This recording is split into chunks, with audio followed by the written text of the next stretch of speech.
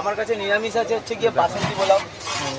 দেখতে পাচ্ছ বন্ধুরা, এই যে বাসন্তী পোলাও ভাইয়ের, একদম নিরামিষ বাসন্তী পোলাও পাবা তোমরা। কত দাম রেখে দেবো? এইখানে বাসন্তী পোলাও দিয়ে আলুর দম দিয়ে বা ফ্রাইড রাইস আলুর দম দিয়ে, এই যে আলুর দম, বাসন্তী পোলাও আলুর দম বা ফ্রাইড রাইস আলুর দম দিয়ে কত? 60 টাকা।